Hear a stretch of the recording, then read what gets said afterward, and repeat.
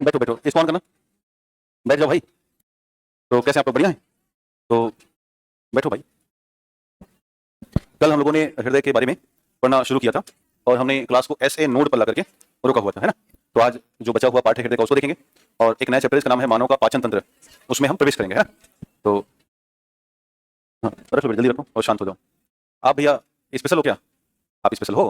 नाटक क्या करते हो? हाँ, मतलब अध्यापक नहीं बोला है, पीछे देखता हूँ 2-3 दिन से एक भाई साहब बालकनी में अटके रहते हैं। क्लास की रिदम में बैठो जैसे हर कोई बैठा है, नहीं तो आगे आके बैठ जाओ, दिक्कत हो तो। दो चार होते हैं, हाथ में किताब लेके आएंगे, हैंडम बनेंगे, है ना? हाँ, इससे ना। हाँ हाँ, लाइट ठीक है। तो बैठो बैठो, जल्दी बैठो। हमेशा एक बात याद रखना पूरे जीवन भर, जब भी सीखने जाओ नम्र होकर के जाना। वो चाहे विद्या की बात हो या किसी भी विषय वस्तु की सीखने की बात हो। जब आपके अंदर ये भाव आ गया कि आया तो हूँ लेकिन क्या ही बताएंगे, या मैं लाओ हेड बन जाता हूँ, तो फिर सीखने की व्यवस्था मिलेगी नहीं। 12-13 साल हो गया मुझे पढ़ाते हुए। जितने भी लोग क्लास में ऐसे मिले हमें, हैंडम बनना, थोड़ा छोटा मोटा नेतागिरी करना, अनायास का फर्जी के सवाल उठाना, अंत में उनका सिलेक्शन ना हुआ। सिलेक्शन पता किसका होता है? जैसे आप नहीं पता, मैं जानता हूँ किसका सिलेक्शन होगा। जो चुपचाप आएगा, अपना काम करेगा, बगल वाला भी उसकी हालात को ना समझ पा रहा हो कि यार ये तेज है कि धीम है कि नहीं है। क्योंकि कोई भी अध्यापक, इंक्लूडिंग कोई भी, जब ये क्लास में खड़ा है तो वो अंतिम उद्देश्य है कि वो अधिक से अधिक बताना चाहेगा। वो चाहे जिसको आप नामी अध्यापक मानते हैं वो भी, जिसको नहीं मानते वो भी, क्योंकि मंच ऐसा है कि वो मेहनत करेगा ना। दूसरा, नहीं समझ में आ रहा है तो बहुत विनम्रता से बोलना कि भाई हमें कम समझ में आ रहा है, इसको दोबारा बता दें। नहीं आ रहा है तो उसका एक तरीका है। आजकल तो बहुत कुछ ईजी है, एआई हमारे साथ है, मोबाइल फोन का इस्तेमाल करिए, जो चीज़ें कम समझ, देखो बेटा ज्ञान की कोई कमी नहीं है। ज्ञान इतना तैर रहा है मार्केट में, किताबें, एआई, है ना? बट है क्या ना कि ये एक रिदम है। जैसे यहाँ पे लोग बैठे हैं, हम आपको पढ़ा रहे हैं, जो मैं अभी पढ़ाऊंगा बेटा, ये इतना इजी एसएस है, एनसीईआरटी में ही लिखा है, मोबाइल में ही लिखा है, हार्ट का कतरा कतरा किताबों में लिख डाला है सब कुछ। बट हम लोग इकट्ठा क्यों हैं? लाइव देखने के लिए इकट्ठा हुए हैं, यहीं यहीं पढ़ा जाए, यहीं इसको सीखा जाए, है ना? तो बस ये ध्यान रखो। तो मेरी बात बुरा मत मानना भैया, कहाँ गए फैंटम वाले भैया? गए, निकल गए क्या? अच्छा बैठे हो, ठीक हो ना? हाँ। तो नहीं, सिलेक्शन होगा उनका। ओहो, हाँ मैं बता तो रहा हूँ कि ऐसा, तो देखो ये क्या है ना कि जो भी चुपचाप रहेगा साइड से, देखो उनका रनिंग है भैया, बहुत सारी शुभकामनाएं। किस कंपनी में भैया? बिहार पुलिस। कंपनी कंपनी होती है उसमें, उसको भी कंपनी कहते हैं, पता नहीं आपको? प्लाटून है वो पूरा का पूरा। तो बिहार पुलिस में बताओ उनका रनिंग है, ये लोग समझ गए प्राइवेट कंपनी। यही समस्या है, सामने वाले को हल्के में लेते हो तुम। तो उनका बिहार पुलिस में है, हालांकि मैं मानूंगा कि उसमें ना हो कि आपका दरोगा में हो जाए। है ना? मतलब तत्काल में हो जाए, लेकिन जब तक उसमें हो रहा हो तब तक क्या हो जाए, इधर वाला हो जाता है। ऐसा कई कई लोगों में हुआ है कि कई बार ना आपको विकल्प चुनने पड़ेंगे कि इसमें जाए कि इस वाले में जाए, तो हो जाता है कई बार जो मेहनत एक ही तरह का पेपर है ना सारा का सारा। खैर, तो चलिए शुरुआत करते हैं। हम लोगों ने कल एक चित्र बनाया था हृदय का, अगर आपको याद हो तो थोड़ा सा इसको हम और क्लियर करेंगे और फिर आपको हम एस ए नोट की तरफ लेकर के आते हैं।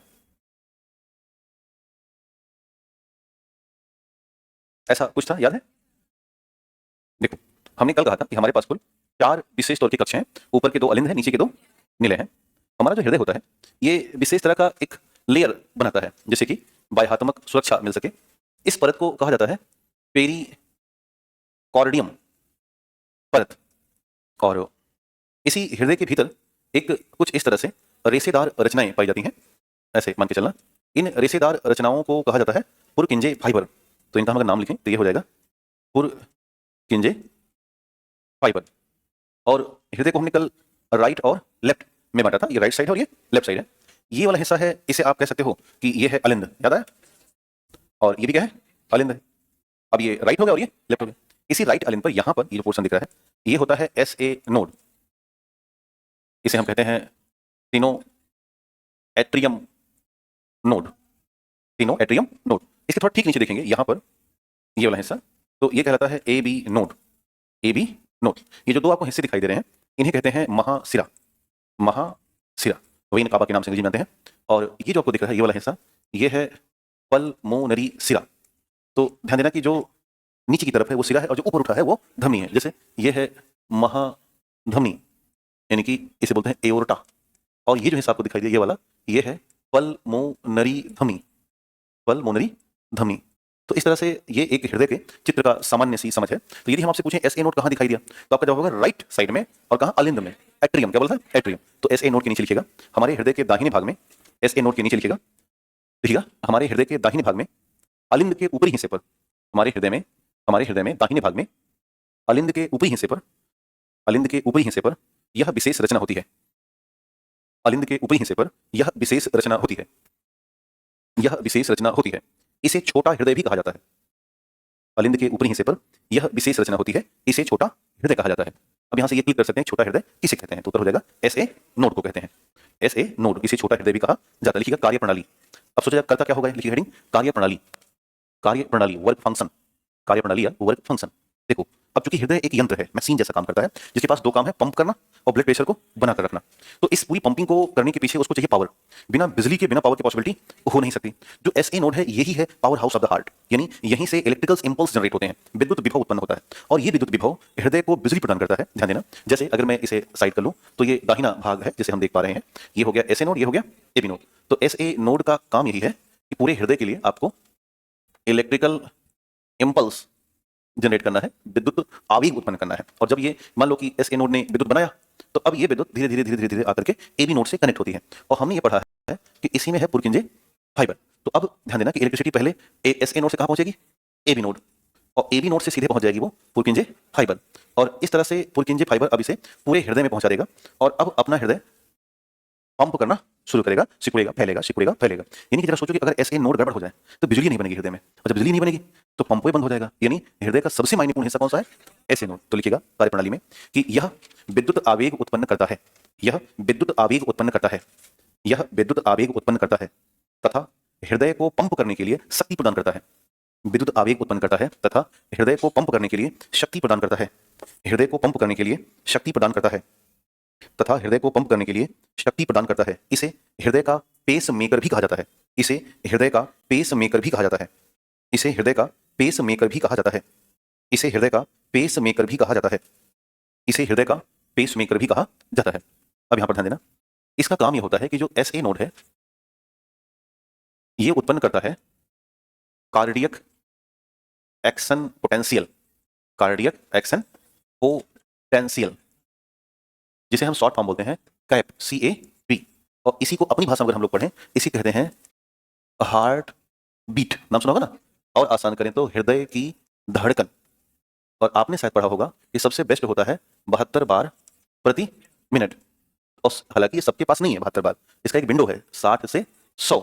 तो जब भी बेस्ट एक्शन होगा एसए नोड का, तो हमारा कैप वैल्यू कितना मिलेगा, 60 से 100। तो नीचे से बनाना, एसए नोड के नीचे लाइन खींचेगा, लिखिएगा ये क्या कर रहा है, कार्डियक एक्शन पोटेंशियल या कैप बताता है। कैप मतलब हृदय की धड़कन कितनी होती है, 72 बार प्रति मिनट। और कितना होना चाहिए बीच में, 60 से 100। अच्छा सीढ़ियां चढ़ के आते हो तो 100 पहुंच जाता होगा, कई बार 120 हो जाएगा, लेकिन थोड़ी देर बाद नॉर्मल। कहाँ पे क्लास है, क्लास ऊपर है, अच्छा ठीक है, आज क्लास नहीं चलेगी, अरे तो पहले से बता देते। कई बार ऐसा होता है, जैसे एक हमारे यहाँ क्लास है एकदम वहाँ आसमान में, हम लोग बहुत डरते हैं उसके लिए, है ना। जैसे यहाँ क्लास लगनी है तो पहले पूछ लेते हैं किस में लगेगी, तो मान लो कहते हैं नीचे सबसे, तो टीक लगा दो, किस में लगी, कोई एक नंबर है शायद, हालो एक नंबर है, यार भाई यार लिफ्ट लगवा लो, अब लिफ्ट है नहीं इधर। तो कई बार फिर एक काम करते हैं कि क्लास में घुसने से पहले कुर्सी रखवाते हैं, वहां पर कैप वैल्यू ठीक करते हैं, क्योंकि वहां जाकर 140 हो जाएगा 140 में क्लास में नमस्ते तो ऐसा नहीं होना चाहिए, है ना। ठीक, अब इसको नापने के लिए हम व्यवस्था बनाते हैं, उसे बोलते हैं ECG, इलेक्ट्रोकार्डियोग्राम।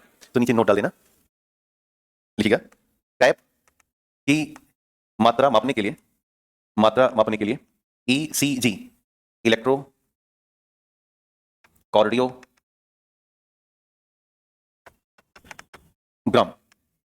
का उपयोग किया जाता है, इलेक्ट्रोकार्डियोग्राम का उपयोग किया जाता है, जो कि PQRST वेव का उपयोग करता है। इलेक्ट्रोकार्डियोग्राम का उपयोग करता है जो कि PQRST वेव या तरंगों का उपयोग करता है, PQRST वेव या तरंगों का उपयोग करता है, PQRST वेव या तरंगों का उपयोग करता है। अब कई बार क्या होगा भाई, मान लो एसए नोड किसी खराब हो गया, तो खराब हो गया तो बिजली नहीं बनेगी, तो उसका तरीका है कि हम मशीन लगा देंगे, है ना, जिसे बोलते हैं कृत्रिम पेस मेकर। तो नोट डाल देना, लिखिएगा एसए नोड की खराबी होने के बाद, एसए नोड की खराबी होने के बाद, एसए नोड की खराबी होने के बाद, एसए नोड की खराबी होने के बाद दो मुख्य प्रयास किए जाते हैं, दो मुख्य प्रयास किए जाते हैं। एसए नोड की खराबी होने के बाद दो मुख्य प्रयास किए जाते हैं। अब नीचे देखो, दो आपको बनाना, एक पहला प्रयास किया जाएगा दवा अथवा इंजेक्शन दिया जाएगा। ऐसा थोड़ी तुरंत पेसमेकर लगा देंगे, पागल होगा भाई हमारे से ला पेसमेकर बांध ऐसा नहीं करेंगे ना, पहले दवाई देंगे। तो दवा इंजेक्शन के लिए इस्तेमाल करते हैं बीटा ब्लॉकर, सोडियम व potassium channel blocker, channel blocker, potassium व सोडियम चैनल ब्लॉकर। दो दवाई इस्तेमाल कीजिएगा, बीटा ब्लॉकर, सोडियम व potassium channel blocker. Beta blocker, sodium व ये सब इंजेक्शन आते हैं, एग्जाम में पूछा गया, इसमें लिखा रहा हूं, मुझे दवाई बताने का अधिकार नहीं है। दूसरा, अगर हम ऐसा नहीं करेंगे तो फिर हम लगा देंगे कृत्रिम पेस मेकर, कृत्रिम पेस मेकर। एक वैज्ञानिक थे विल्सन ग्रेट बैच, इन्होंने बनाया था पहला, विल्सन ग्रेट बैच द्वारा आविष्कार किया गया था इसका। आज ना लाखों लोग इसी से जीवित हैं। कृत्रिम पेसमेकर लगाएंगे, ब्रैकेट करना, विल्सन ग्रेट बैच ने इसका आविष्कार किया था। Wilson great batch, Wilson great batch के द्वारा इसका आविष्कार किया गया था। जैसे आप डॉक्टर के पास जाओगे, मान लो एसए नोड में गड़बड़ी आई, तो इसे कहा जाएगा बेटा कार्डियक अरेस्ट। क्या बोलते हैं? हाँ, देखो एक बीमारी होती है हार्ट अटैक, है ना? तो हार्ट अटैक का मतलब है कि घर के नाली में कुछ फंस गया है, प्लम्बर को बुलाओ। अटैक का मतलब है कि जो ब्लड फ्लो हो रहा है उसमें बाधा आ गई, ब्लड फ्लो नहीं हो पा रहा है, वो है हार्ट अटैक। दूसरा, अगर मान लो किचन में लाइट भी नहीं जा रही है तो किसको बुलाओ? इलेक्ट्रीशियन को बुलाओ। कार्डियक अरेस्ट इलेक्ट्रीशियन वाली समस्या है, बिजली गड़बड़ हो रही है, समझ में आया? और हार्ट अटैक प्लम्बर की समस्या है। हालांकि दोनों के डॉक्टर एक ही हैं, इनको हम कहते हैं हृदय रोग विशेषज्ञ, है ना? कार्डियोलॉजी डिपार्टमेंट होता है। तो जब भी एसए नोड की बीमारी होगी, समस्या होगी, तो बीमारी का नाम क्या होगा? Cardiac arrest. तो नोट डाल देना, लिखिए एसए नोड में उत्पन्न समस्या को कार्डियक अरेस्ट कहा जाता है। एसए नोड में उत्पन्न समस्या को कार्डियक अरेस्ट कहा जाता है। एसए नोड में उत्पन्न समस्या को कार्डियक अरेस्ट कहा जाता है। एसए नोड में उत्पन्न समस्या को कार्डियक अरेस्ट कहा जाता है। अर्थात यह एक इलेक्ट्रिकल समस्या है। क्या समस्या? इलेक्ट्रिकल। अर्थात यह एक इलेक्ट्रिकल समस्या है। यह एक इलेक्ट्रिकल समस्या है। जबकि हृदय नलिकाओं में बाधा होने पर, जबकि हृदय नलिकाओं में बाधा होने पर, जबकि हृदय नलिकाओं में बाधा होने पर खून की रुकावट हो जाना, ब्लड की रुकावट हो जाना, जबकि हृदय नलिकाओं में बाधा होने पर ब्लड की रुकावट हो जाना, ब्लड की रुकावट हो जाना हार्ट अटैक है। ब्लड की रुकावट हो जाना हार्ट अटैक है। ब्लड की रुकावट हो जाना हार्ट अटैक है। अर्थात यह एक प्लम्बिंग समस्या है। अर्थात यह एक प्लम्बिंग समस्या है। प्लम्बर जानते हो? प्लम्बर बोलते हैं सही में, हम लोग अपने गांव में प्लम्बर कहते हैं। तो अर्थात यह एक प्लम्बिंग, बेटा ना वो आते हैं जो नल वल फिट करते हैं, उनको प्लम्बर। अब तो बहुत लोगों के गांव में भी इस्तेमाल होने लगे हैं, पहले गांव में प्लम्बर नहीं थे, हम खुद ही प्लम्बर हुआ करते थे। ये गांव में ज्यादा उतना यंत्र का आवश्यकता नहीं था, बट मैं देख रहा हूँ गांव में लोगों ने नल लगा लिया, टंकी गांव में लग गई, ऊपर छत पे टंकी दिखती है गांव में। सब घर में नहीं दिखती, लेकिन जिन्होंने पक्के घर बना लिए, नहीं सब में नहीं, मजाक क्यों करते हो, कितने भी विकसित हम नहीं हो गए हैं हमारे गांव सबके पास तो नहीं है, हैं? हाँ। तो अभी कस्बों में होगा तो प्लम्बिंग बहुत, जैसे गांव में ना ये कुछ नए रोजगार आ गए हैं, प्लम्बिंग के, इलेक्ट्रीशियन के, है ना? अब आराम से रोजगार हो सकता है। खैर, तो समझ में आया? अरेस्ट का मतलब बिजली का प्रॉब्लम, और अटैक का मतलब पाइप खराब हो गई है, बढ़िया से ब्लड का फ्लो नहीं जा पा रहा है। और ध्यान देना, जब हृदय में प्रॉब्लम आती है ना, तो सबसे शुरुआती दौर में जो जांच है वो यही है, ईसीजी, और प्लस में उससे भी शुरुआती है आला लगाओ, स्टेथोस्कोप।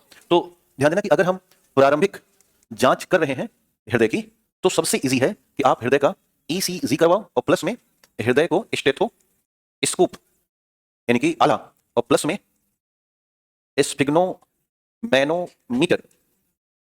इनका उपयोग करो। ये दोनों के दोनों मिलकर के बीपी नापेंगे, और ईसीजी मापेगा हृदय में विद्युत विभव। क्या मापेगा? हृदय में इलेक्ट्रिकल पोटेंशियल मापता है, और इन दोनों के आधार पर हम बता सकते हैं कि हृदय ठीक चल रहा है कि नहीं। और ये जो स्टेथोस्कोप है, अगर आप अकेले पूछोगे ये क्या करता है, तो ये आवाज बताता है हृदय की, है ना? कि अगर सामान्य हृदय बनाते हैं ना, इसको सामान्य हृदय है तो ये लब और डब की आवाज निकालेगा, और अगर समस्या है तो ये मरमर की आवाज निकालेगा, MURR। इसे बगल में बनाना बेटा। ईसीजी हृदय में विद्युत विभव बताएगा कि भाई हृदय ठीक चला है, बिजली ठीक दौड़ रही है। दूसरा स्टेथोस्कोप और स्फिग्नोमैनोमीटर बीपी बताएंगे। तो अगर अकेले आला से सुनना चाहोगे तो वो आवाज क्लियर कर देगा, भाई आवाज ठीक जा रही है, तो लब है तो डॉक्टर कहेगा ठीक चल रहा है, कोई दिक्कत नहीं। और जहां मरमर की आवाज आई तुरंत बोलेगा भाई अभी के अभी एडमिट हो जाओ, है ना, नहीं तो प्रॉब्लम आ जाएगी। बन गया? हाँ। जब भी ध्यान देना, स्टेथोस्कोप और स्फिग्नोमैनोमीटर दोनों मिलकर बीपी नापते हैं। हालांकि अकेले आएगा तो कौन सा लगाना है? हाँ, स्फिग्नोमैनोमीटर। जो अच्छे डॉक्टर होते हैं ना, वो देखो वो कभी इलेक्ट्रिकल वाला नहीं यूज करते, उनके पास मैनुअल होता है, वो ऐसे ऐसे, हाँ, पर ऊपर चढ़ेगा, और प्लस में ये पे आला रखते हैं, इधर ही कान में आला से सुनेंगे और उसको देखेंगे तब मापेंगे। और जो ऐसे ही नॉर्मल व्यक्ति हैं वो तो आजकल इलेक्ट्रिशियन वाले आने लगे हैं, लगाओ बटन दबाओ खुद ही फूल के बता देते हैं, बट वो मेजरमेंट ठीक नहीं होती, दो चार का मामला फर्क फर्क रहता है। बाकी अब तो मोबाइल में ऐप भी आता है अंगूठा रखो बस।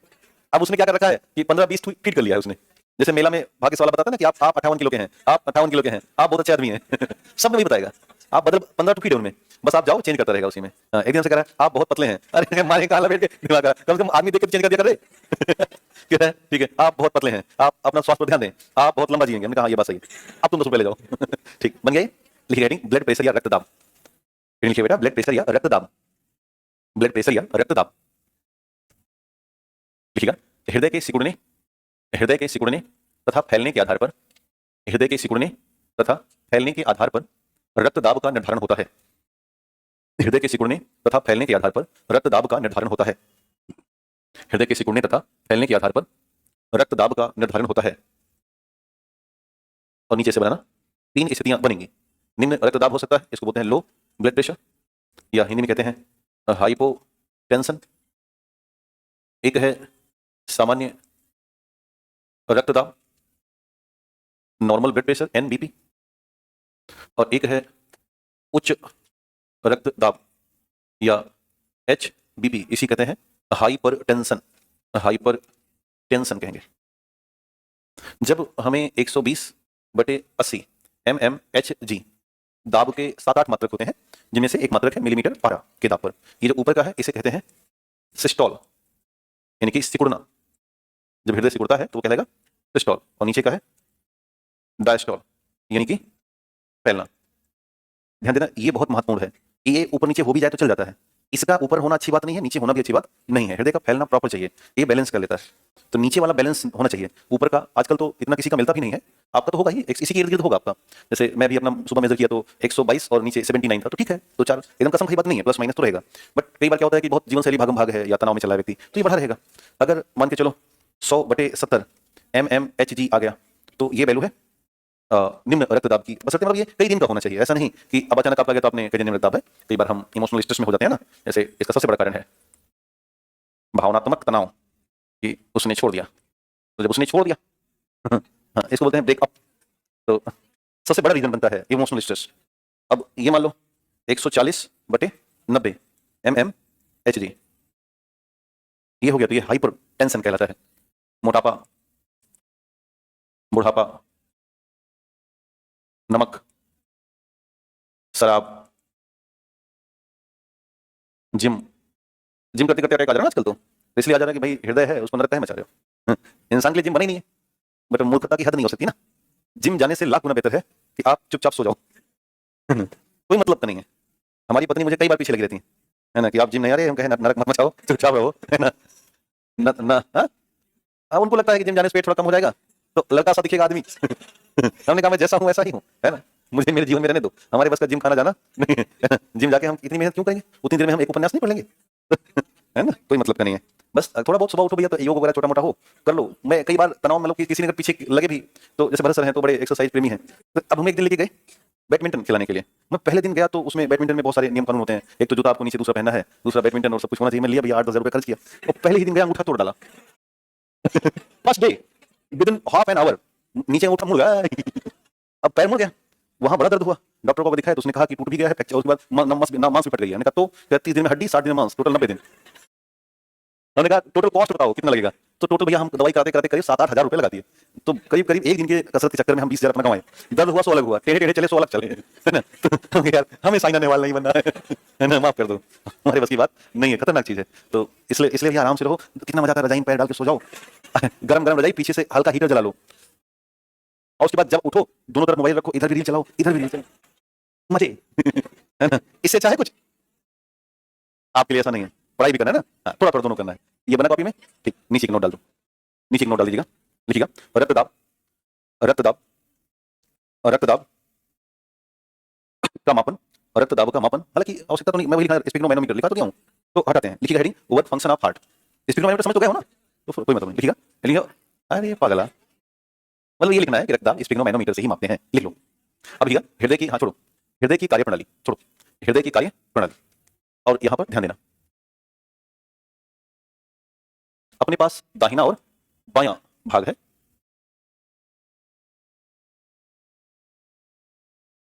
तो नई लाइन से लिखिए हृदय, हृदय दाहिने और बाएं भाग में विभाजित होता है, हृदय दाहिने और बाएं भाग में विभाजित होता है। कार्यप्रणाली में लिखिएगा हृदय दाहिने और बाएं भाग में विभाजित होता है, हृदय दाहिने और बाएं भाग में विभाजित होता है, दाहिने और बाएं भाग में विभाजित होता है। दाहिने भाग में, दाहिने भाग में CO2 युक्त रक्त, दाहिने भाग में CO2 युक्त रक्त का बहाव होता है, दाहिने भाग में CO2 युक्त रक्त का बहाव होता है, जबकि बाएं भाग में ऑक्सीजन युक्त रक्त का बहाव होता है, जबकि बाएं भाग में ऑक्सीजन युक्त रक्त का बहाव होता है, बाएं भाग में ऑक्सीजन युक्त रक्त का बहाव होता है, बाएं भाग में ऑक्सीजन युक्त रक्त का बहाव होता है, बाएं भाग में ऑक्सीजन युक्त रक्त का बहाव होता है। अब यहां पर ध्यान देना, चित्र में देखो, जब हमारे शरीर में रक्त CO2 प्लस वाला हो जाता है ये, तो यही रक्त सीधे महाशिरा में प्रवेश करता है। ये है क्या, महाशिरा। तो और महाशिरा से प्रवेश करता हुआ ये जाएगा अलिंद में, ये है दाहिना अलिंद, और अलिंद से होता हुआ ये पहुंचेगा त्रिवलनी कपाट, याद है कल मैंने बताया है, और यहां से पहुंच जाएगा निलय में। कहां पहुंचा, निलय। और फिर ये निलय से होता हुआ सीधा निकलेगा, ये है पल्मोनरी धमनी, अभी अपने चित्र बनाया था ना। यानी कि अभी देखो बाएं हिस्से से कोई मतलब नहीं है, दाहिने में एंटर हुआ और दाहिने से ही निकल गया। अर्थात यदि मैं इसको लिखना चाहूं तो ऐसे लिखा जा सकता है कि दाहिना भाग, और हम ये जान रहे हैं कि दाहिने भाग में कौन सा ब्लड है, CO2 प्लस ब्लड है। तो हम कह सकते हैं कि प्रवेश द्वार क्या है इसका, जवाब है महाशिरा। और फिर कहां पहुंचा? दाहिना अलिंद, और दाहिने अलिंद के बाद त्रिवलनी कपाट, त्रिवलनी कपाट, और फिर इसके बाद दाहिना निलय। जैसे ही दाहिने निलय में पहुंचेगा तुरंत संकुचन होता है, क्योंकि बिना संकुचन के खून ऊपर चढ़ नहीं भागेगा, और जब संकुचन होगा तो पल्मोनरी धमनी में प्रवेश कर जाएगा, और इसी पल्मोनरी धमनी से होता हुआ रक्त बाहर चला जाएगा। और रक्त बाहर नहीं जाता, बल्कि रक्त सीधे फेफड़े में कहां पहुंचेगा? फेफड़े में पहुंच जाएगा। उम्मीद है कि आपको यह क्रम याद रहेगा। दाहिना हिस्सा समझ में आया? ठीक, इतना बनाइए। चित्र बनाने की आवश्यकता नहीं है, बस खाली आप लिख लो, क्योंकि चित्र तो आप समझते हो पहले से ही।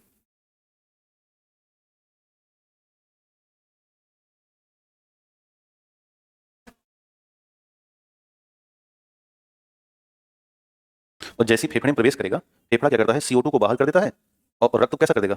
O2 प्लस ब्लड कर देगा। तो ये बात नीचे नोट में लिख देना, पहले ये बना लो।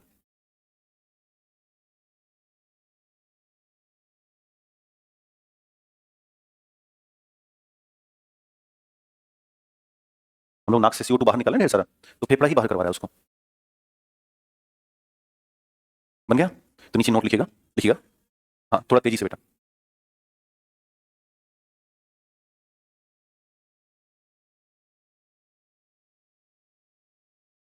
अब लिखिएगा, हमारा फेफड़ा रक्त का गैसीय शुद्धिकरण करता है। हमारा फेफड़ा रक्त का गैसीय शुद्धिकरण करता है। हमारा फेफड़ा रक्त का गैसीय शुद्धिकरण करता है। रक्त का गैसीय शुद्धिकरण करता है, अर्थात CO2 को बाहर करता है। गैसीय शुद्धिकरण करता है, अर्थात CO2 को बाहर करता है। CO2 को बाहर करता है तथा रक्त को ऑक्सीजन युक्त बनाता है। CO2 को बाहर करता है तथा रक्त को ऑक्सीजन युक्त बनाता है। रक्त को ऑक्सीजन युक्त बनाता है। रक्त को ऑक्सीजन युक्त बनाता है। CO2 को बाहर करता है तथा रक्त को ऑक्सीजन युक्त बनाता है। तो अब हमारा ब्लड कैसा हो गया? शुद्ध हो गया। तो अब शुद्ध ब्लड कहां बहेगा? बाएं भाग में। कैसा ब्लड? ऑक्सीजन। तो अब ध्यान देना, जब शरीर में फेफड़े में रक्त हार्ट में रक्त जब प्रवेश करता है तो सिरा से करेगा, और निकलेगा तो धमनी से। हमेशा धमनी से निकलेगा, चाहे कोई भी धमनी हो। तो अब इसका जब बाएं भाग में प्रवेश होगा तो ये होगा, हाँ बेटा उधर है ना, इधर नहीं है, ये हो जाएगा पल्मोनरी सिरा। कहां से? पल्मोनरी सिरा, यहां आएगा इधर। और फिर क्या है? बायां अलिंद। और फिर यहां से देवलनी कपाट, याद है? और फिर यहां जाएगा, ये क्या है? बायां निलय, इसका संकुचन। और फिर महाधमनी, याद है? महासिरा वहां है बेटा। ठीक, तो अब प्रवेश कहां? पल्मोनरी सिरा। यहां से क्या पहुंचेगा? बायां अलिंद। कहां आया? बायां अलिंद। और फिर द्विवल्नी कपाट, द्विवल्नी कपाट। और इसके बाद बायां निलय, बायां निलय, और फिर महाधमनी। और यहां से फिर पहुंच जाएगा शरीर के अंदर, क्योंकि आपने शायद सुना है ना कि धमनी कैसे है, यानी कि हृदय से ब्लड धमनी के माध्यम से शरीर में आता है। कल याद है ना, हमने पढ़ाया था। तो अब हम शरीर में फिर से उसको CO2 बना देंगे, क्योंकि हम तो भोजन कर रहे हैं। भोजन कर रहे हैं तो खूब CO2 बनाते रहते हैं, फिर यही प्रक्रिया करेंगे। तो इस तरह से देखो, एक बार इंटर, एक बार बाहर, एक बार इंटर, एक बार बाहर, 2 बार प्रवेश है और 2 बार निकास है। इसीलिए हम कहते हैं कि हमारा रक्त परिसंचरण तंत्र कैसा है? दोहरा है, द्विव रक्त परिसंचरण तंत्र। तो नीचे ये बना लो पहले, फिर मैं लिखाता हूं। बाएं भाग वाला बनाओ। हाँ बेटा,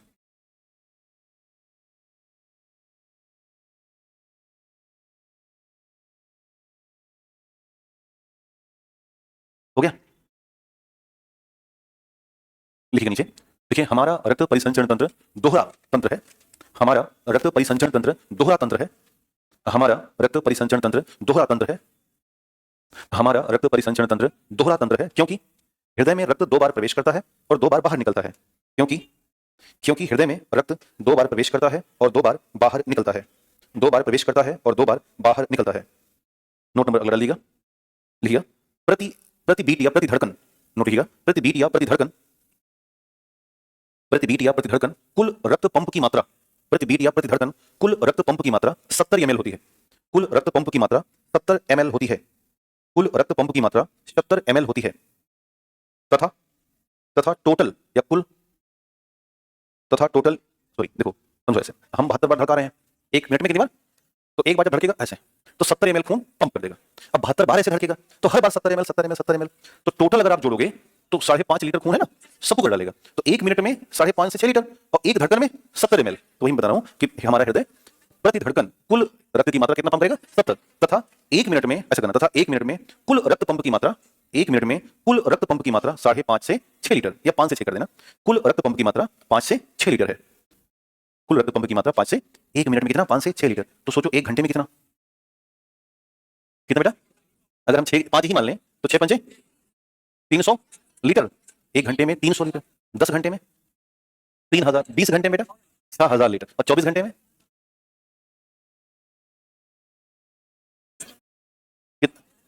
72, टोटल 24 घंटे में कितना 7200 लीटर की क्या कर रहा है वो, पम पम पम पम पम 7200 लीटर बेटा पता है 1000 लीटर की टंकी होती है, समझ रहे हो? ऐसी कितनी टंकियां, 7 टंकी, और 7 टंकी के साथ साथ करीब 5 बाल्टी पानी और, समझ रहे हो? इतना काम कर रहा है बेचारा अकेले, और उसको हम लोग नाश्ता नहीं करवाते सुबह में।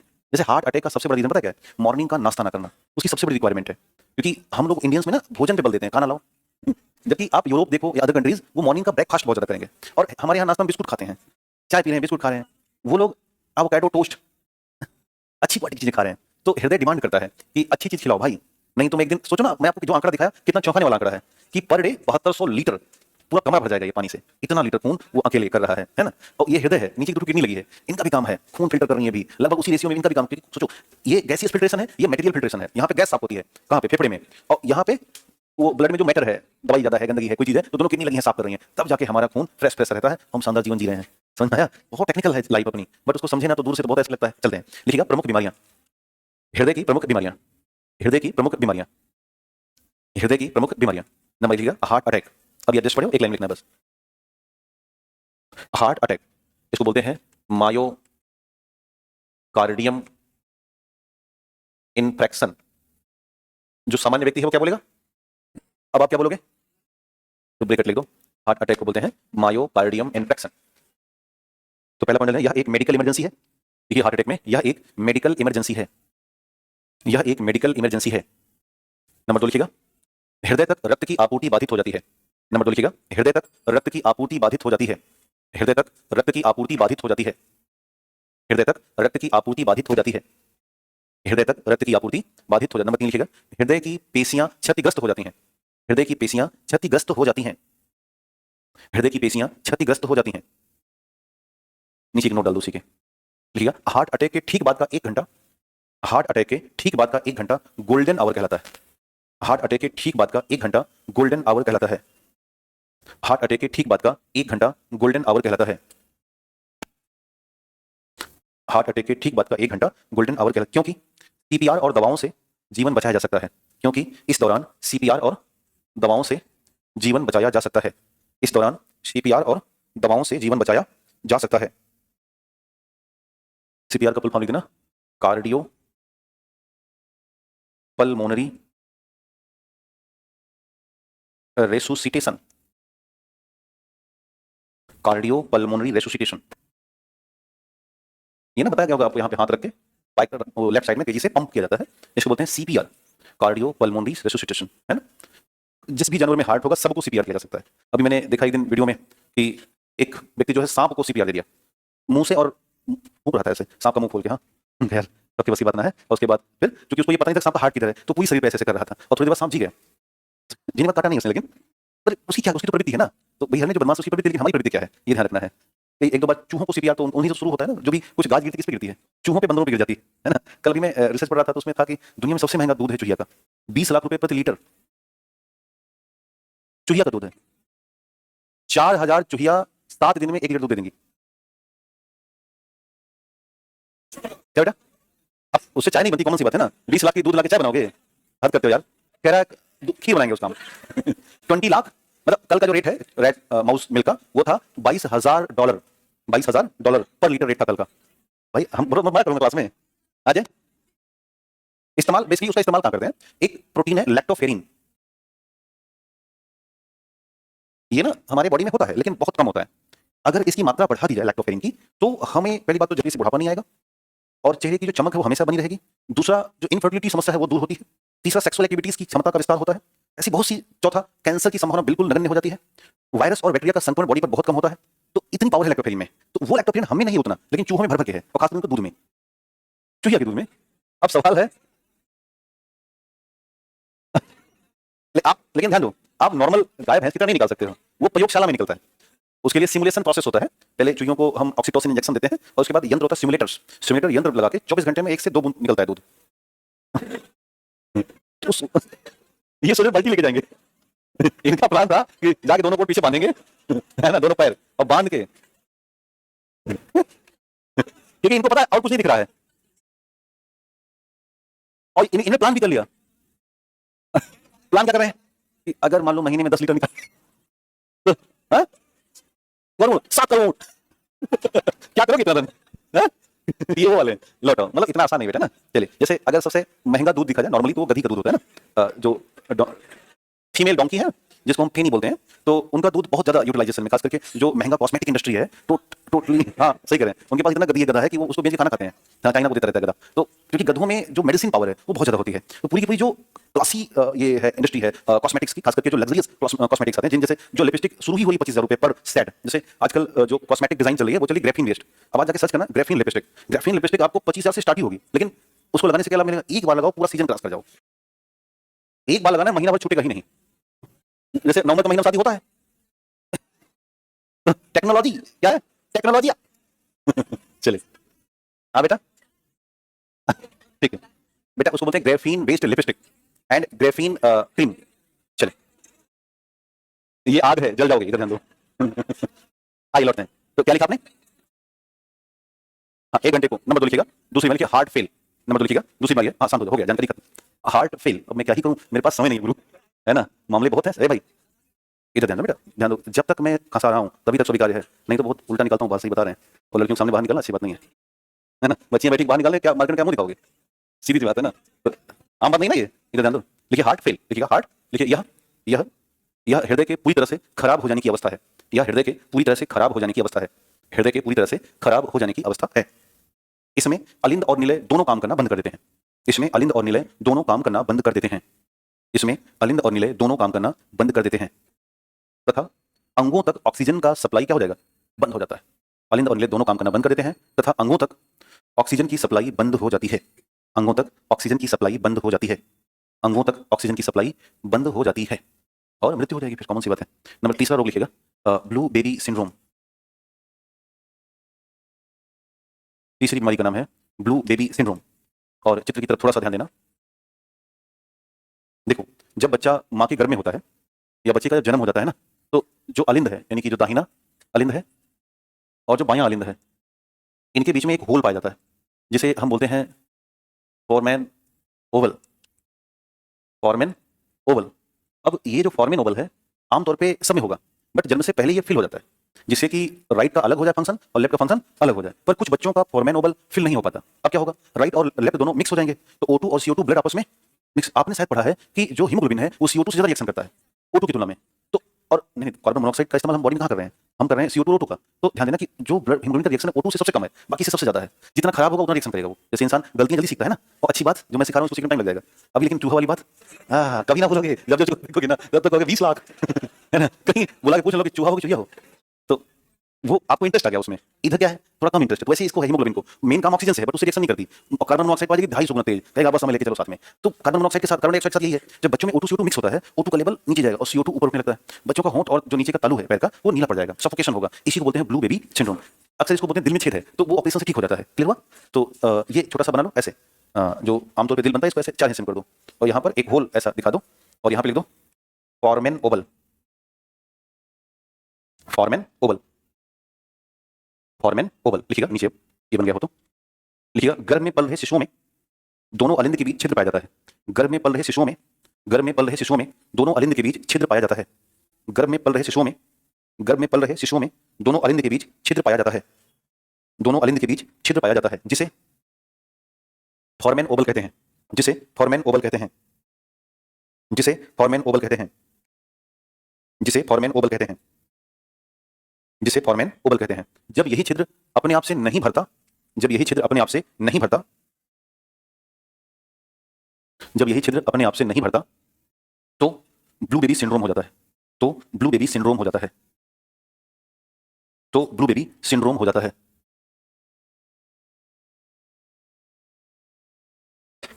अगली बार लिखिएगा मेथमोग्लोबिनेमिया, नेक्स्ट है मेथमोग्लोबिनेमिया, मेथेमोग्लोबिनेमिया, मेथमोग्लोबिनेमिया। देखो ये एग्जैक्टली ब्लू बेबी सिंड्रोम है, बट थोड़ा सा अंतर है। अंतर ये है कि जब वाटर में पोल्यूशन होगा, खास करके मैं बात कर रहा हूं यूरिया के पोल्यूशन की, और इसे बोलते हैं NO3 नेगेटिव, इसे बोलते हैं नाइट्रेट, है ना। तो अब ये जो पोल्यूशन है ये प्रॉब्लम क्या क्रिएट करता है, ये सीधे अटैक करता है चाइल्ड के हीमोग्लोबिन पर। यानी कि ऐसे बच्चे या ऐसे चाइल्ड जो 1 ईयर टू 5 ईयर के होते हैं, इनके हीमोग्लोबिन पे अटैक करेगा। क्या प्रॉब्लम पैदा करेगा? देखो, हीमोग्लोबिन में बीचों बीच पर होता है आयरन। दुनिया को पता है? क्या आपको भी पता है? बिल्कुल। हीमोग्लोबिन का मेन है क्या? आयरन। सेंटर पर होता है। जब तक आयरन नहीं होगा तब तक हीमोग्लोबिन काम नहीं कर पाएगा। अब आयरन के दो रूप होते हैं बेटा।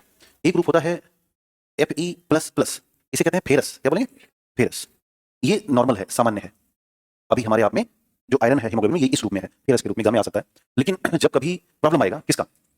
इस, तो इसकी समस्या है, तो ये क्या करता है, ये सीधे आयरन का रूप ही बदल देगा, ये E+++ कर देगा और ये कहलाता है फेरिक। क्या कहलाएगा? फेरिक। तो जो मेथोमोग्लोबिन है, बेसिकली जो हीमोग्लोबिन फेरिक के साथ होता है उसे कहते हैं मेथोमोग्लोबिन। क्या बोलेंगे? ध्यान देना, अगर हीमोग्लोबिन में ये वाला है 2 वाला, तो इसे कहते हैं प्रॉपर हीमोग्लोबिन। लेकिन अगर हीमोग्लोबिन के साथ ये वाला आ गया प्लस, ये हो जाएगा मेथेमोग्लोबिन। तो अब ये सही है बट ये सही नहीं है, है ना। तो समस्या यहां आ गई, और ये जब समस्या आती है तो ही क्या कहते हैं? मेथेमोग्लोबिनेमिया। और इसकी वजह से भी सेम सिम्टम्स आता है, ब्लू बेबी सिंड्रोम। समझ में आया? तो बनाओ। फेरस अच्छा है, फेरिक अच्छा नहीं है। तो अब ऐसा सवाल आएगा तो टिक कर दोगे ना? ठीक। हाँ, इलाज नहीं को जान जाएगी, फुके फुके मर जाएगा बच्चा। अभी पानी पी के देखो ना, कहीं जान तो गई ना इंदौर में, तो पानी भोजन ही तो मेन है।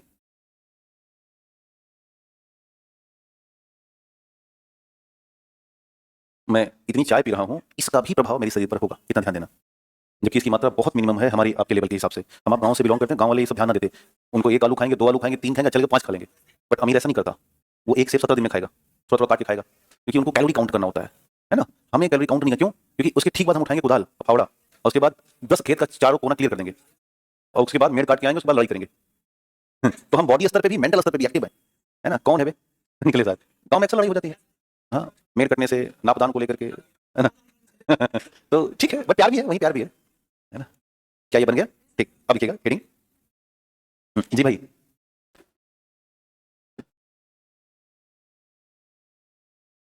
Blueberry syndrome. अब लिखिएगा हृदय संबंधित प्रमुख निदान या जांच। हृदय संबंधी प्रमुख जांच, बीमारी है तो जांच भी कराओगे ना। हृदय संबंधी प्रमुख जांच देखिए, number 1 angiography.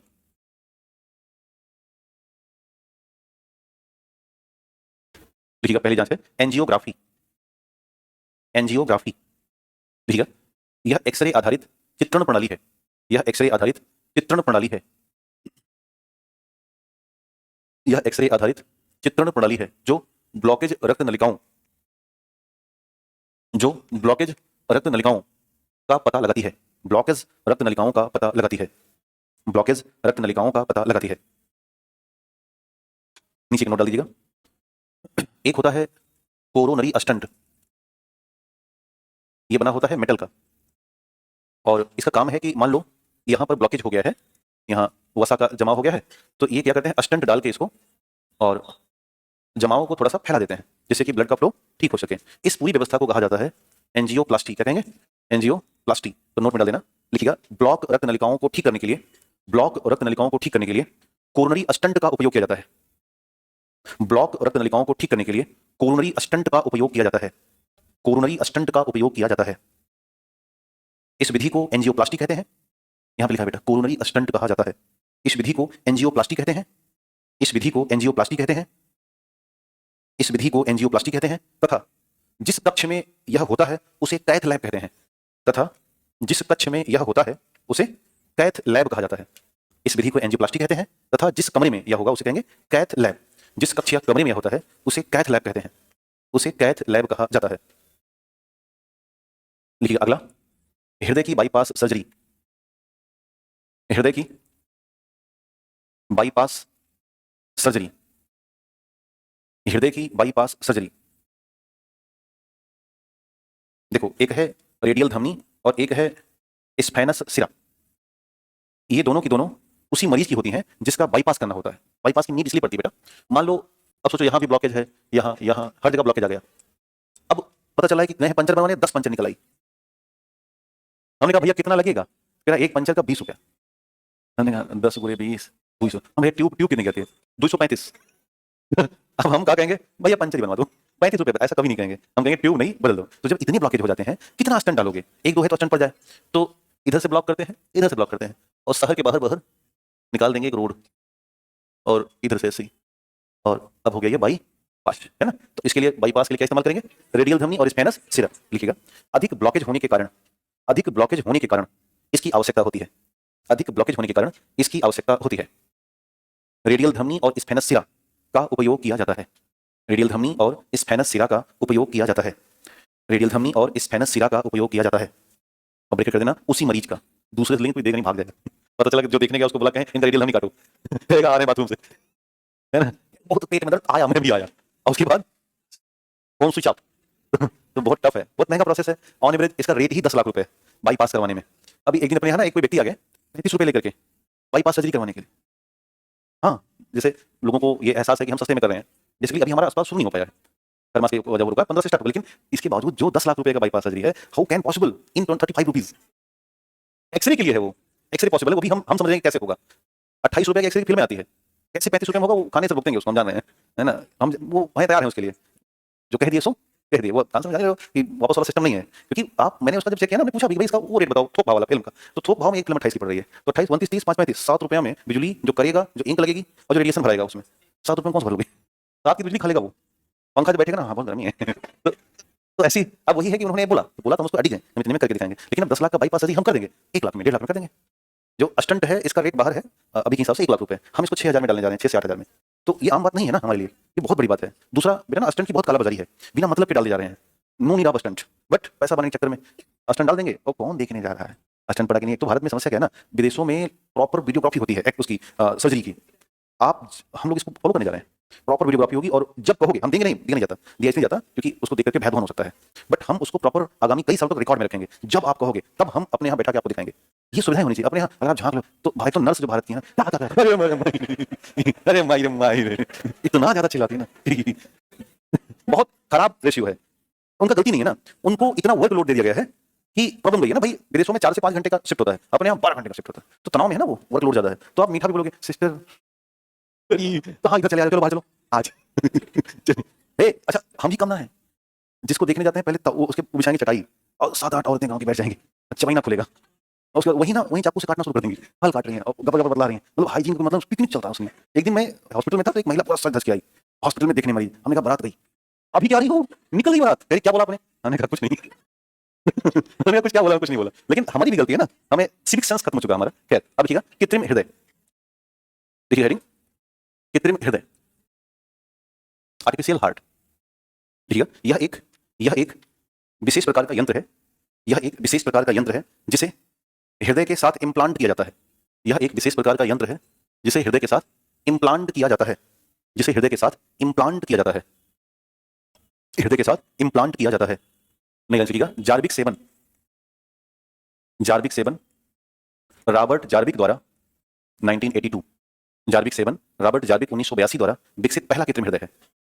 Jarvik seven Robert Jarvik द्वारा 1982 विकसित पहला कृत्रिम हृदय है, विकसित पहला कृत्रिम हृदय है, पहला कृत्रिम हृदय है। नीचे नोट डाल देना। देखिएगा, दक्षिण अफ्रीका के केप टाउन में, नोट डालिएगा, दक्षिण अफ्रीका के केप टाउन में 1967, दक्षिण अफ्रीका के केप टाउन में 1967 में डॉक्टर क्रिश्चियन ब्रानार्ड, डॉक्टर क्रिश्चियन 1967 बेटा, डॉक्टर क्रिश्चियन ब्रानार्ड 1967, डॉक्टर क्रिश्चियन ब्रानार्ड ने पहला हृदय प्रत्यारोपण किया था। डॉक्टर क्रिश्चियन ब्रानार्ड ने पहला हृदय प्रत्यारोपण किया था। डॉक्टर क्रिश्चियन ब्रानार्ड ने पहला हृदय प्रत्यारोपण किया था। लेकिन अब जार्विक तो बना 82 में, इन्होंने किया 67 में, तो इन्होंने बायोलॉजिकल किया था। बायोलॉजिकल मतलब इंसान का हृदय इंसान में लगाया, तो ब्रेक कर देना, बायोलॉजिकल हार्ट था वो, जैविक हृदय था, बायोलॉजिकल हार्ट या जैविक। जैसे अभी 2022 में पहली बार सुअर का हृदय मनुष्य में लगा है ना, इसे बोलते हैं बेटा ज़ेनो ट्रांसप्लांट। जब आप जानवर का हृदय या कोई अंग मनुष्य में लगाओ तो ये कहलाएगा ज़ेनो ट्रांसप्लांट। खैर नोट नंबर डालिएगा, लिखिएगा, डॉक्टर पी वेणुगोपाल राव,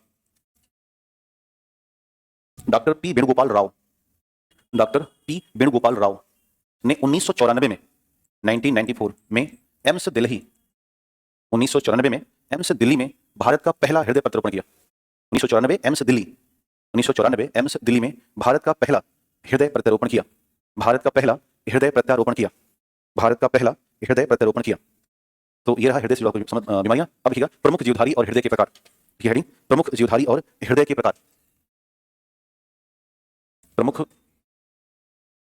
जीवधारी व हृदय के प्रकार।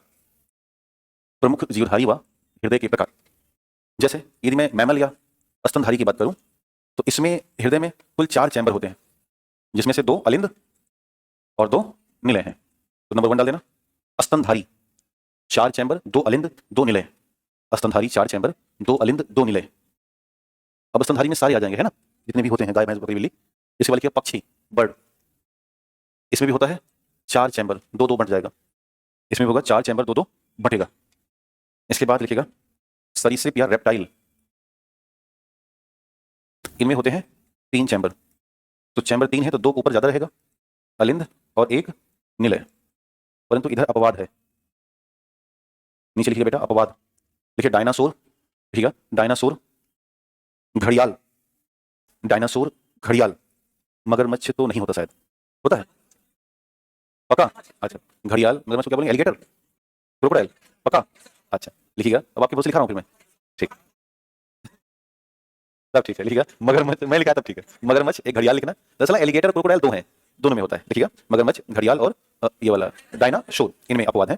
इसके बाद हाँ जी, हाँ छिपकली भी लिख दो, छिपकली। अब जानवर मत बढ़ाओ नहीं तो फिर एक और लिख दो, काईमैन लिख दो, काईमैन जानवर आता है, लिख दो काईमैन। फिर गिरगिट भी लिख दो, और लिखिए तो लिख दो काईमैन एक एनिमल, एक और लिख दो गिरगिट। छिपकली कुमारी, हाँ बेटा, नहीं दोनों अलग है ना, छिपकली छिपकली, गिरगिट है। गिरगिट बड़ा होता है ना, रंग बदलता है। छिपकली वो है जो हम लोग के घर रहती है। ठीक, चलिए इसके बाद बचा कौन सा, लिखिए मछली। लिखिएगा मछली, 2 चैम्बर। नहीं अगला, मछली इसी में होती है, मैं पागल था इसी में। लिखिएगा मछली, लिखिए 2 चैम्बर, 1 अलिंद और 1 निलय। 1 अलिंद और 1 अलिंद और 1 निलय। लेकिन ध्यान देना, जो ब्लू व्हेल और डॉल्फिन है ये स्तनधारी है, तो ब्रैकेट में कर देना ब्लू व्हेल और डॉल्फिन स्तनधारी होती हैं। ब्लू व्हेल और डॉल्फिन स्तनधारी होती हैं। ब्लू व्हेल और डॉल्फिन स्तनधारी होती हैं, परंतु शार्क नहीं होती। शार्क बोनलेस फिश है ना, हाँ, ध्यान रखना, शार्क में हड्डी नहीं होती। लिख देना, हाँ मैं बोल रहा हूँ, फिर से लिखो। लिखिए ब्लू व्हेल और डॉल्फिन स्तनधारी होती हैं। ब्लू व्हेल और डॉल्फिन, अब स्तनधारी से कितना चैम्बर हो जाएगा, 4। परंतु शार्क, लिखिएगा परंतु शार्क स्तनधारी नहीं है। तो अब स्तनधारी नहीं है, कितने चैम्बर, 2। परंतु शार्क स्तनधारी नहीं है। तो एक नॉलेज की बात है जो मैं आपको बताना चाह रहा हूँ कि शार्क में हड्डी नहीं होती, बोनलेस फिश होती है वो। नहीं हड्डी होती नहीं, कॉमन बोनलेस में क्या बोला है ना, बदमाशी करती है थोड़ी बस, शार्क निकल जाए तो। शार्क मतलब भेड़ी, वो शेर जंगल का, जैसे वहां से डरता आदमी वैसे पानी में आदमी शार्क से डरता है ना। डॉल्फिन जैसे, अब ब्लू व्हेल है, ब्लू व्हेल का जो हृदय है वो 200 किलोग्राम का है, दुनिया का सबसे बड़ा हृदय है। अगर आप चाहें तो लिख सकते हैं 200 किलोग्राम का हार्ट है अकेले ब्लू व्हेल का। जितना मतलब हम जैसे 3-4 इकट्ठा कर दिया जाए, 3 कम से कम, तो जाकर के उसके हृदय के बराबर की बात निकलेगी। इनके 2 स्तन होते हैं ब्लू व्हेल के, और ये अपने जो मिल्क अपने बच्चों को पिलाती है, ये सीधा पिचकारी मारती है पानी में। इतना ज्यादा फैट होता है इनमें ना कि वो घुल नहीं पाता, तो एकदम सीधा जा रहा है। अब बच्चा दूर से पी रहा है आराम से, लाओ चिंता की बात नहीं है, क्योंकि पानी में घुलेगा नहीं बहुत। उसमें मान के चलो कि मेरे हिसाब से फैट जाएगा 28-30% के आसपास। इसमें जानवर में जैसे गाय भैंस में तो कितना गिरता है, 7-8 गिरता है, वो लिखता है ना कागज पे, कम गिरेगा तो पैसा कम कर जाता है, फैट ही चेक कर रहा है आपको वहां पे। तो 7-8 अपने उनका, तो उनका जाके गिरेगा 28-30% के आसपास। तो इतना ज्यादा फैट होने से फिर बहुत आसानी से उनके बच्चे पानी में ही दूध पी रहे हैं। तो नेचर है, इसे कहते हैं नेचर, जैसा ही रहेगा वैसा वो सर्वाइवल सेट करेगा, जिससे कि वहां उनको रहने में दिक्कत ना आने पाए। ठीक है, चलिए तो अपवाद हो गया। एक और लिखिएगा सरीसृप, नहीं सॉरी उभयचर। एक और लिखिएगा एम्फीबियस, उभयचर, मेढक। उभयचर लिखना बेटा 3 चैम्बर, उभयचर लिखिएगा 3 चैम्बर, उभयचर लिखिएगा 3 चैम्बर। नीचे नोट डाल देना। अब 3 चैम्बर, 2 ऊपर और 1 नीचे, नीचे नोट डालेगा। लिखिएगा मछली का हृदय अशुद्ध हृदय कहलाता है। मछली का हृदय अशुद्ध हृदय कहलाता है। मछली का हृदय अशुद्ध हृदय कहलाता है। मछली का हृदय अशुद्ध हृदय कहलाता है, क्योंकि 2 ही चैम्बर है और उसमें क्या घुसेगा, CO2। क्योंकि 2 ही चैम्बर है और CO2 ब्लड प्रवेश करता है। क्योंकि 2 ही चैम्बर है और CO2 ब्लड प्रवेश करता है। क्योंकि 2 ही चैम्बर है और CO2 ब्लड प्रवेश करता है। अब लिखिए हेडिंग ब्लड बैंक, लेना ब्लड बैंक, ब्लड बैंक। तो आजकल तो चीजें बहुत एडवांस हो गई हैं, बट शुरू से ध्यान देना, इसमें हम मिलाते हैं सोडियम या पोटेशियम साइट्रेट, और मिलाएंगे किसमें, ब्लड में। नॉर्मली पहला तरीका ये है। तो नंबर 1 लिखिएगा, रक्त के साथ सोडियम व पोटेशियम साइट्रेट का मिक्सचर, और इसको रखेंगे 4 अंश सेल्सियस पर 30 से 42 दिन तक। 4 अंश सामने बने ना ब्लड बैंक, तो उधर ही ऐसा रखा जाएगा।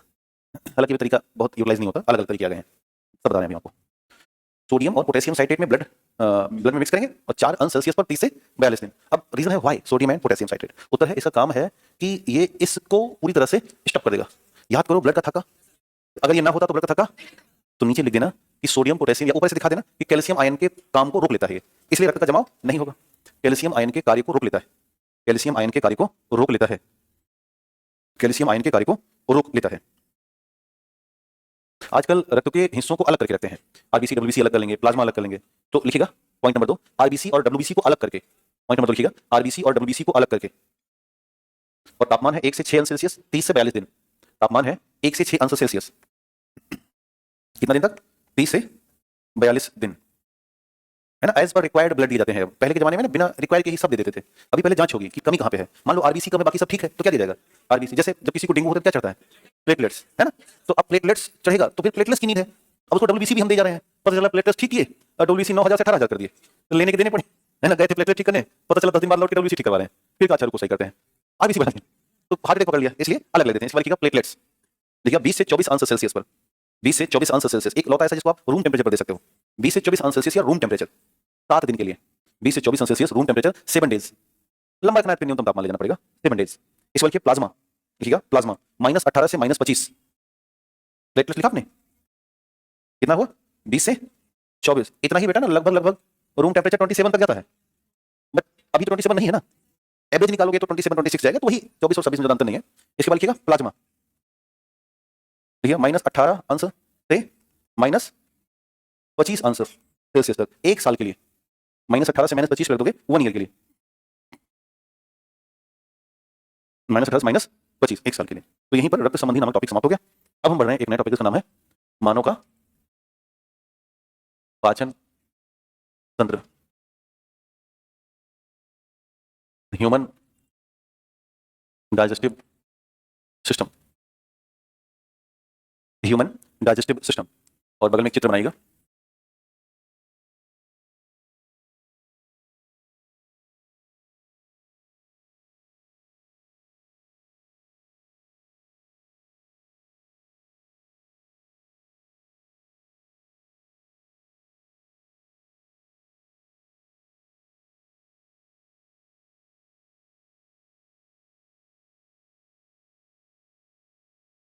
इसे अपनी कॉपी बनाइए।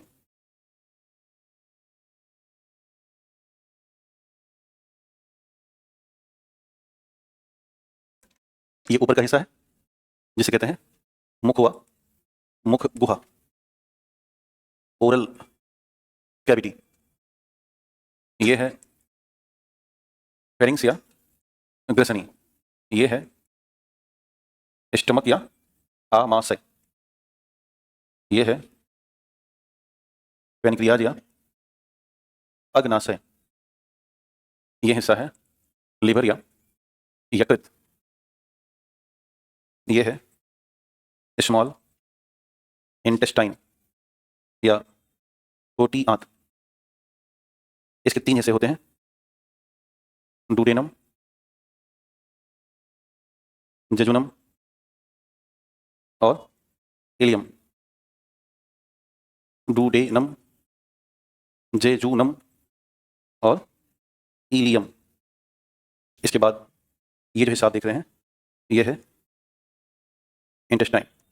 इसके भी 3 पार्ट हैं, सीकम, कोलन और रेक्टम। ये हिस्सा है गुदा द्वार या अनस, ये हिस्सा है अपेंडिक्स। बिना देखे बोलो भैया कि देखे बोलो? पक्का ना? हाँ, प्रयास करना है, बिना देखे बोलो या मेमोराइज करो बैठ करके, क्योंकि अब जैसे हमने ब्लड आपको पढ़ा दिया सर्कुलेशन, अब आपकी जुबान पर होना चाहिए कहाँ पे क्या हुआ है। वैसे ही है, मैं यहाँ पे रेड लाइन कलर लगा रहा हूँ, उसको ध्यान में रखना है।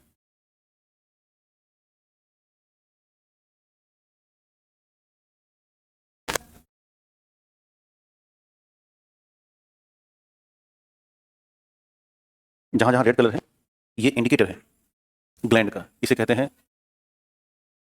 लार ग्रंथि, ये है जठर ग्रंथि। ये दोनों अपने आप में ग्रंथि हैं, लिवर और पैनक्रियाज। और ये जो रेड लाइन आप देख रहे हैं इसे कहते हैं आंत्र ग्रंथि, इंटेस्टाइन ग्लैंड, आंत्र ग्रंथि या इंटेस्टाइन ग्लैंड।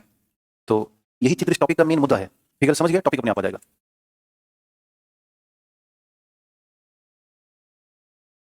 आमतौर पे हम पीपीटी नहीं इस्तेमाल करते हैं, बट कई बार जैसे आपकी कक्षा में करना पड़ जाएगा, कारण कि थोड़ा टाइम कंज्यूमिंग है, तो हम केवल उन्हीं टॉपिक को पढ़ा रहे हैं हाथ से जो काफी समझने वाले हैं। इसके बाद जो भी ऐसा जैसे हड्डी है, कोई मतलब नहीं है, काउंटिंग करना कर लेंगे, श्वसन तंत्र है, सिंपल सा नॉलेज है उसको, तो बिल्कुल आपको चाहिए कभी बताओ। अरे इतना भी ना करो, हम आपको 14 को दे रहे हैं ना, 14 को फाइनल दे रहे हैं। नहीं करने में हम 12 करके बाउंडर ला देंगे, रिलैक्स करते हैं, 14 को फाइनल कर लेते हैं। बन गया लार, जठर और आंत्र। क्या बेटा? टॉनिक? नहीं, टॉनिक में मैं नहीं हूं, केवल आंसर है ना। हाँ, तो आप ना, तो फिर उसको उस समय रोक लेंगे, फिर कैसे होगा? फिर ना मैं टाइम बढ़ाऊंगा फिर अपनी ना, 2 के बजाय 5 कर लूंगा, या 2 शिफ्ट में कर लेंगे अपन लोग, हो जाएगा 14 तो 14, वो चाहे टॉनिक आए या ना आए, आ ही रहा है। तो आप, हाँ, कांस टॉनिक इसलिए आवश्यक है कि मैंने देखा है कि उसमें सर बहुत दिनों से लगे हुए हैं, तो काफी जिस्ट तैयार किए हैं वो, तो उससे आपको ना एटलीस्ट 3 दिन अगर आप बैठोगे और वाकई में बैठोगे, एक होता है बैठना, एक होता है वाकई में बैठना, तो आपका ऑन एवरेज 4-5 क्वेश्चन ठीक हो जाएगा। और यही ना कई बार रणनीति का मुद्दा बन जाता है, 4-5, तो क्योंकि उसमें सर बहुत दिनों से लगे हैं रिसर्च में, तो आप उसको कम से कम उसका मैटर याद करके ही जाना, जिस टाइप का है वो, और होना भी चाहिए ऐसी चीजें। बन गई, एक सबका फिगर हुआ। तो अगर हम पूरे पाचन तंत्र को देखें तो 2 हिस्से हैं, एक ये लंबा सा एक आंत है ऐसा, और बीच में ग्लैंड है, क्या है? ग्लैंड है। तो यदि हम बांटें तो अपनी कॉपी को 2 हिस्सों में बांट सकते हो, पाचन तंत्र ऐसे बांटिएगा। एक होता है आहार नाल, इसे कहते हैं एलिमेंट्री कैनाल, और एक है हिस्सा पाचक ग्रंथि, डाइजेस्टिव ग्लैंड। अब आहार नाल में देखिएगा तो पहले आपको मिला होगा मुख गुहा, देखा, जिसमें हमें 3 चीजें मिलेंगी, दांत, जिह्वा और लार। तो अब चूंकि ग्रंथि है तो कहां चली जाएगी वो? इधर, ये हो गया लार ग्रंथि। इसके नीचे जब आओगे तो मिलेगा ग्रसनी, ग्रसनी में कोई ग्रंथि नहीं है। और थोड़ा नीचे आएंगे तो मिलेगा आमाशय, और आमाशय में ग्रंथि है जिसको कहते हैं जठर ग्रंथि, और इसी के आसपास है यकृत, और इसी के नीचे है अग्नाशय। दिखा? थोड़ा और नीचे चलेंगे तो है छोटी आंत, यहां एक ग्रंथि है, आंत ग्रंथि।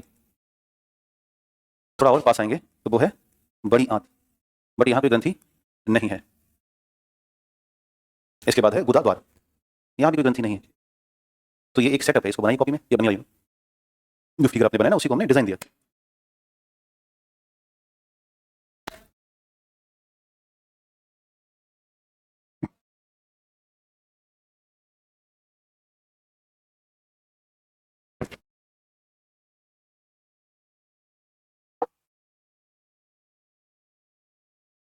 हो गया?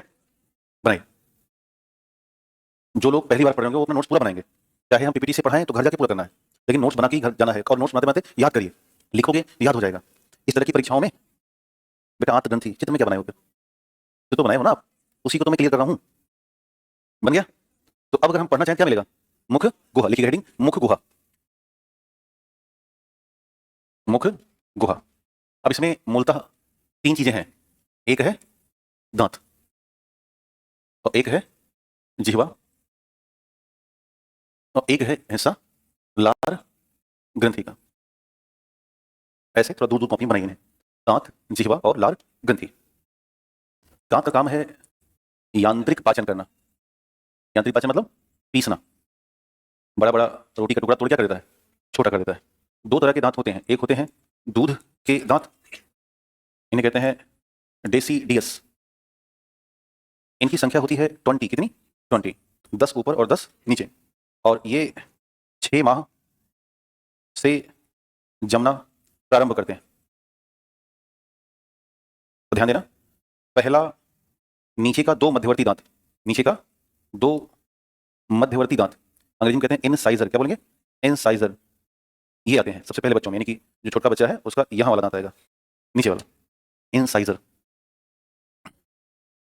दूसरे होते हैं अस्थाई दांत, परमानेंट टीथ। इनकी संख्या होती है 32, 16 ऊपर और 16 नीचे, 32।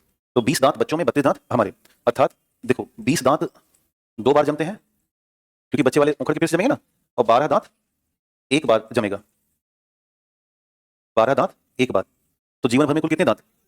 जीवन भर में टोटल 52 दांत आते हैं, 20 बच्चा वाला और 32 अपना वाला, है ना, क्योंकि बच्चा वाला उखड़ के फिर से आएगा 20, 20 20 40 और 12 52, तो टोटल दिन जीवन भर में 52 दांत अपने शरीर में आते हैं। अब ध्यान दो, अगर हम दांत के प्रकार देखें तो दांत के कुल 4 प्रकार होते हैं, मोलर, प्रीमोलर, कैनाइन और incisor. Incisor, M, P M, canine और इंसाइजर। अब इसी से जबड़े का सेटअप याद कर लीजिएगा, बनाते रहना मेरे साथ। 3 दांत जो ऊपर वाले होंगे ये होते हैं मोलर, ये होंगे मोलर। इसके बाद जो 2 दांत बीच वाले होते हैं ये होते हैं प्रीमोलर, प्रीमोलर। और इसके बाद एक दांत और थोड़ा नुकीला नुकीला दिखेगा, ये कहलाता है कैनाइन। और फिर थोड़ा आगे बढ़ोगे तो 2 दांत का सेट और मिलेगा, इन्हें कहा जाएगा इनसाइजर, इनसाइजर। इसलिए जो दंत सूत्र होता है ना वो होता है 21-23/21-23 इंटू 2। ये है वयस्कों का, क्या है, वयस्कों का। जिनमें से ध्यान देना, जो ये पीछे का 3-3 है ये मोलर है, 2-2 वाला प्रीमोलर, 1-1 वाला कैनाइन, 2-2 वाला इंसाइजर। अब सवाल है कि बच्चों में कौन से दांत कभी नहीं जमते। ध्यान देना, मैं जिनको गोला लगा रहा हूं वो प्रीमोलर का लास्ट, सॉरी मोलर का लास्ट और प्रीमोलर, ये 2 ऐसे हैं जो बच्चों में नहीं आते हैं। तो इसे हमें चिन्हित करना है, क्या क्या, प्रीमोलर प्लस में मोलर के लास्ट, मोलर के लास्ट या थर्ड मोलर, ये बच्चों में कभी नहीं आते, बच्चों में नहीं आते। इनकी संख्या है 12, वही ना 12, 20 तो आते ही हैं, जो राउंड वाले हैं उसको हमें ध्यान में रखना है। तो ये रहा थोड़ा बहुत दांतों के बारे में जानकारी, इसे नोट कीजिएगा, इतना ही पर्याप्त है, इतना ही सब कुछ है, पर्याप्त तो है ही।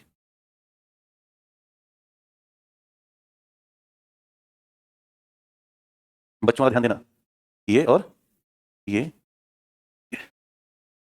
जो गोले में है ये बच्चों में नहीं आएंगे कभी।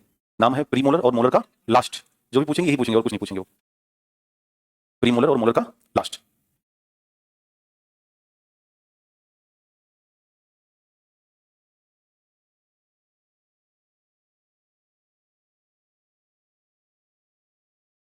बन गया? थोड़ा तेज बनाओ भाई, नहीं तो मतलब क्या निकलेगा।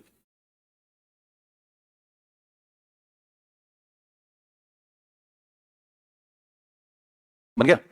ठीक। हाँ जी, यहाँ बेटा, हाँ नहीं ये बेस का है बेटा, ये बेस का है, बच्चे का होता है 2102 अपॉन 2102 इंटू 2, ये बच्चा का है 2102, जीरो हो गया ना प्रीमोलर, और मोलर में 3 की जगह 2 रह गया, ये हमने हटा दिया, यहाँ 0 आ गया, यहाँ से हटा दिया तो यहाँ 3 था, यहाँ 2 आ गया। बन गया ये? अब लिखिएगा जीवा।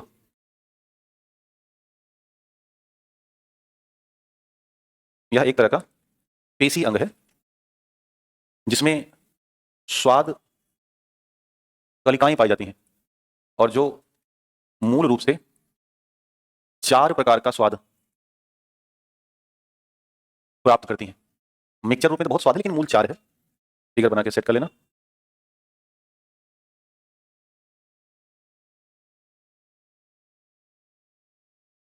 ये जो ऊपर का हिस्सा है इसे आधार कहते हैं, तो आधार में होता है पिटक या करवा। ये जो हिस्सा है ये है ऊपरी पार्श्व किनारा, और ये है स्टॉर यानी कि खट्टा। थोड़ा और नीचे आएंगे तो ये दिख रहा है, इसे कहते हैं निचला पार्श्व किनारा, निचला पार्श्व किनारा। और यहां से मिलता है साल्टी, नमकीन। शीर्ष की तरफ देखेंगे तो ये होगा स्वीट यानी कि मीठा। एक और शब्द है स्वाद, वो है 5th नंबर का, जिसे कहते हैं उमामी। लोकेशन इसकी यहां होती है।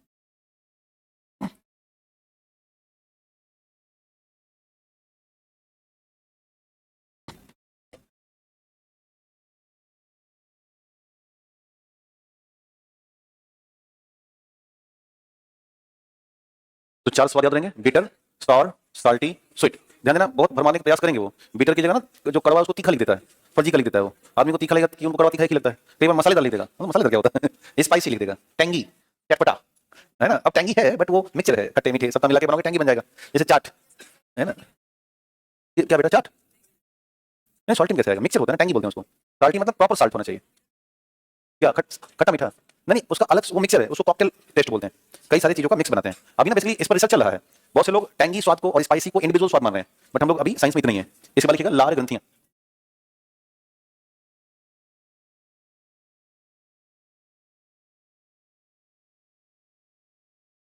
लिखिएगा लार ग्रंथियां या सैलिवरी ग्लैंड। काय हल्ला क्यों भाई? हैं? समय हो गया क्या? है? अभी तो 6 मिनट बचे हैं। दरअसल आज क्लास ना 5 बजे तक थी, नहीं पता क्या? अच्छा, तो लार ग्रंथि कर लेते हैं, फिर आप छोड़ चले जाना। मैंने भाई मैं भी तो इंसान ही हूं ना मेरा भी तो मूड होना चाहिए ना पढ़ाने के लिए कह रहा है कि थोड़ा देर ब्रेक मार रहा है मारने से काम नहीं बनेगा ना। अरे है अंडर कंट्रोल सिचुएशन, चिंता ना करिए। दरअसल अपन लोग ना मेन टॉपिक पे ही ज्यादा फोकस करेंगे। पढ़ना तो सारा है, बट कुछ हम लोग पीपीटी से निकालेंगे। पीपीटी से बहुत देर नहीं लगता, सिंपल सिंपल है, आपको याद करके निकल चलना है। हालांकि हमारा फोकस टिक लगाना नहीं होगा, हम आपको यही याद करने का प्रयास करेंगे, इसको याद करो, है ना, पॉइंट ध्यान दो और ज्यादातर हिट करेंगे सवाल हम लोग। खैर, तो लाल ग्रंथि 3 तरह की होती है, बनाना अपनी कॉपी में। पैरोटिड लाल ग्रंथि, सब लिंगुअल और सब मैंडिबुलर। सब लिंगुअल और सब मैंडिबुलर, 3 हिस्सों में बांटिएगा इसको। पैरोटिड, सब लिंगुअल और सब मैंडिबुलर। पैरोटिड, सब लिंगुअल और सब मैंडिबुलर। ऐसे मान चला कि कोई व्यक्ति है,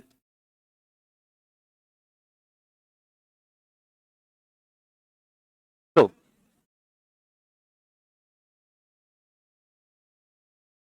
मान लेते हैं ये कोई व्यक्ति है, ये जो लोकेशन है यहाँ पे, ये है पैरोटिड। इसके बाद जो जीभ के पास है, ये है सब लिंगुअल, और जो यहाँ जबड़े के पास है वो है सब मैंडिबुलर। समझ में आया? तो इसके नीचे लिखिएगा, इसके नीचे लिखिएगा पैरोटिड में कि सबसे बड़ी लाल ग्रंथि, सबसे बड़ी लाल ग्रंथि कान के पास, सबसे बड़ी लाल ग्रंथि कान के पास होती है, सबसे बड़ी लाल ग्रंथि कान के पास। सब लिंगुअल में लिखिएगा, लिखिएगा जीभ के नीचे होती है, जीभ के नीचे होती है, जीभ के नीचे होती है, जीभ के नीचे। और सब मैंडिबुलर में लिखिएगा आगे जबड़े के पास, आगे निचले जबड़े के पास, आगे निचले जबड़े के पास। और ये सब की सब है पेयर में, जोड़े में। तो 3 गुणे टोटल कितनी हो गई? 6। तो ब्रैकेट में दिखा देना जोड़ा या पेयर। अब ये तीनों मिलकर क्या कर रही है? सैलिबा, यानी कि लार का उत्पादन कर रही है। हेडिंग लिखिएगा सैलिबा या लार, तीनों मिलकर क्या बना रही है? सैलिबा। लिखिए हेडिंग सैलिबा या लार। तो सवाल है कि देखा जाए कि सैलिबा में क्या होता है? लार। लार अगर आप बहुत क्लियर देखोगे तो एक तो इसमें मिलेगा पानी, और प्लस में म्यूकस या चिकनाई, जिसका काम है भोजन को लसलसा बनाना, भोजन को पल्प बनाना, लसलसा बना रहा है। दूसरा है lysozyme enzyme, lysozyme enzyme, lysozyme enzyme, ये कीटाणुओं का भक्षण करती हैं, करता है या उन्हें मारता है। कीटाणुओं का भक्षण करेगा, उन्हें मारेगा। यही एंजाइम आपको 2 जगह मिलेगा, आंसू में भी और पसीने में भी। 2 लिख देना ब्रैकेट में, आंसू और पसीने में भी, में भी, आंसू और पसीने में भी। एक को लिखना है टाइलिन एंजाइम, अगला है टाइलिन एंजाइम। इसका काम है स्टार्च, यानी कि जब हम आलू और चावल खाते हैं तो मिलेगा क्या? स्टार्च। इसका पाचन कर रहा है, इसीलिए हम ये देख रहे हैं कि मुख गुहा से ही पाचन शुरू हो गया, मुख गुहा से ही पाचन प्रारंभ हो गया, मुख गुहा से ही पाचन प्रारंभ हो गया।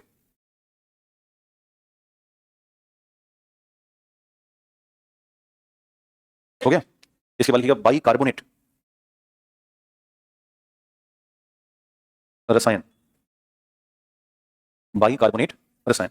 इसका काम है लार का पीएच मान बनाए रखना। कितना होता है? 6.8 से 7.2, 6.8 से 7.2, 6.8 से 7.2। एक और प्राप्त होता है, आगे से बढ़ाना, ओपियोरफिन रसायन, ओपियोरफिन रसायन। ये पेन किलर व घाव भरता है। सबसे जल्दी कोई घाव ठीक होती है तो जीभ की ठीक होती है। पेन ये कुत्तों में बहुत होता है ओपियोइड पेन, हमारे में तो बहुत कम होता है। इसलिए कुत्ते अगर अपना जीभ अगर चाटने को पा जाए जहाँ चोट लगी है, जल्दी से सड़ेगा नहीं वो। पीठ पे जब कभी लग जाता है तो मर जाते हैं, क्योंकि पीठ पे पहुंच नहीं पाता ना। तो ओपियोरफिन रसायन रहेगा जिसका काम है दर्द कम करना और घाव भरना, है ना। वाउंड हीलर है ये, वाउंड हीलर। तो ये हो गया लार के भीतर पाई जाने वाली चीजें। तो आज के लिए इतना ही रहेगा। कल का जो टॉपिक है वो है ग्रेसनी। Thank you.